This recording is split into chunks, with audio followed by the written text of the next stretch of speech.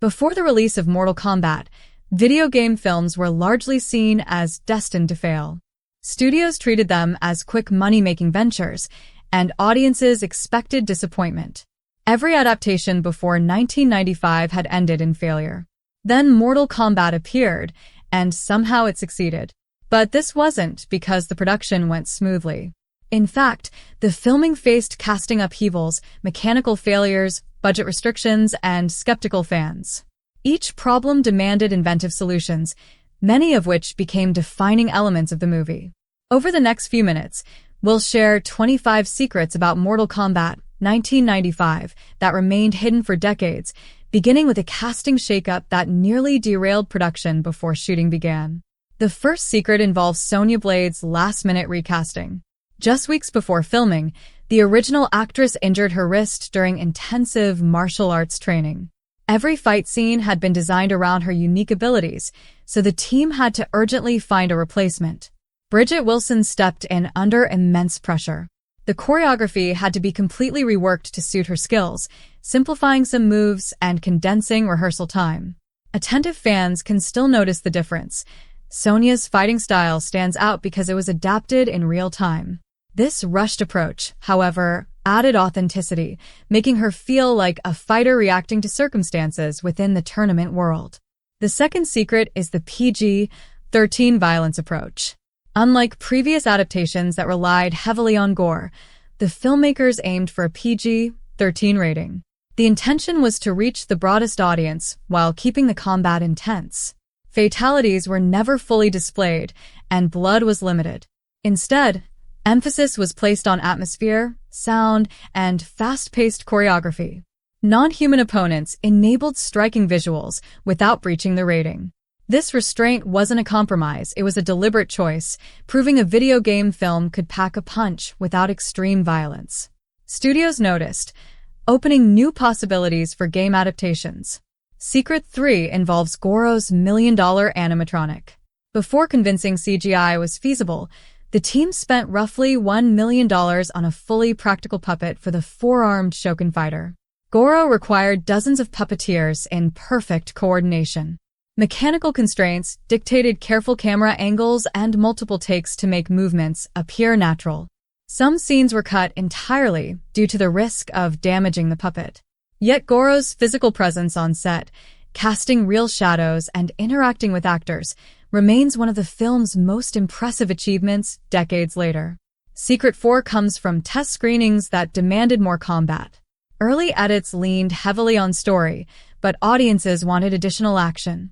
Extra filming was approved, extending major battles and adding choreography. These last-minute additions kept the pacing brisk, ensuring memorable fights appeared frequently. Test screenings directly influenced the theatrical version, showing the importance of audience feedback in shaping a successful adaptation. Secret 5. A real strike landed during filming. During one intense scene, a stunt actually connected. Although actors trained extensively to make every hit look authentic, this one landed unexpectedly. Instead of reshooting or removing it digitally, the moment stayed in the final cut, delivering realism no camera trick could match.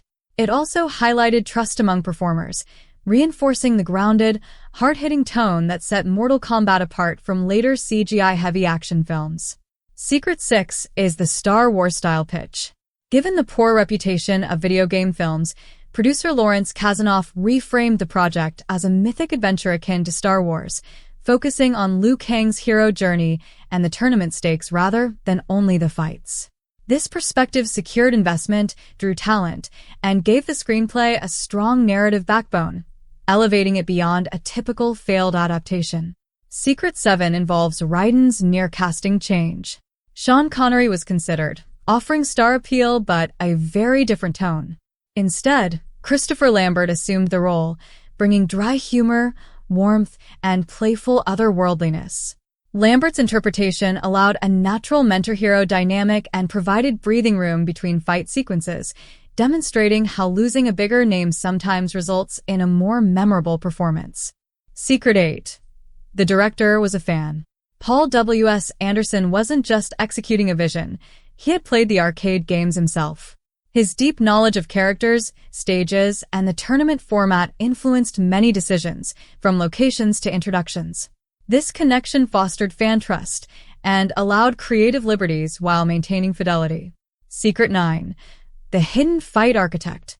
Choreographer Pat E. Johnson, a martial arts expert, designed the combat sequences.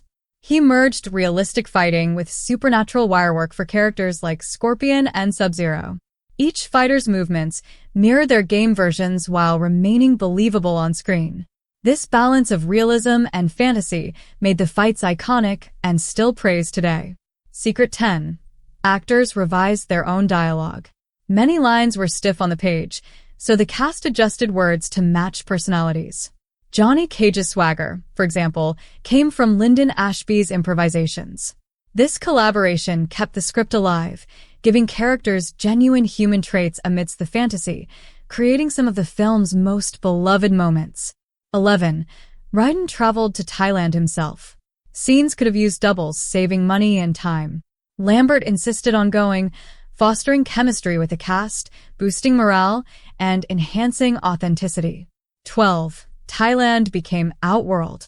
Instead of relying solely on sets, filmmakers used real temples, beaches, and jungles. This gave the world texture and scale, with natural light, stone surfaces, and depth enhancing the mystical setting.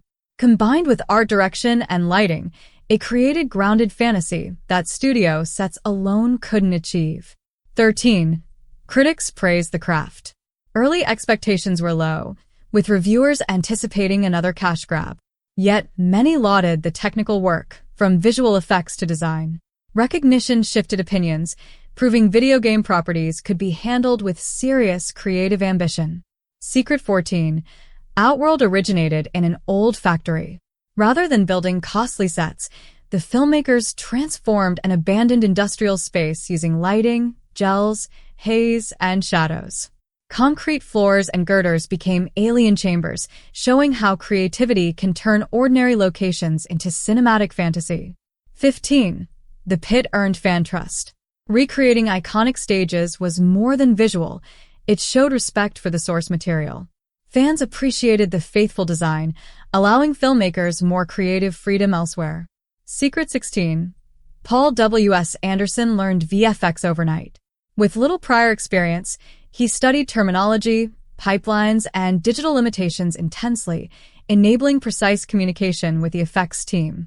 This hands-on approach ensured ambitious sequences like Scorpion's spear or Sub-Zero's ice worked within tight budgets. 17. The temp soundtrack was poorly received. Early orchestral scores felt mismatched. Composer George S. Clinton shifted to an electronic tech hybrid style, creating a signature sound that remains iconic. 18. The deleted ship fight. A planned opening aboard a ship was never filmed due to budget limits.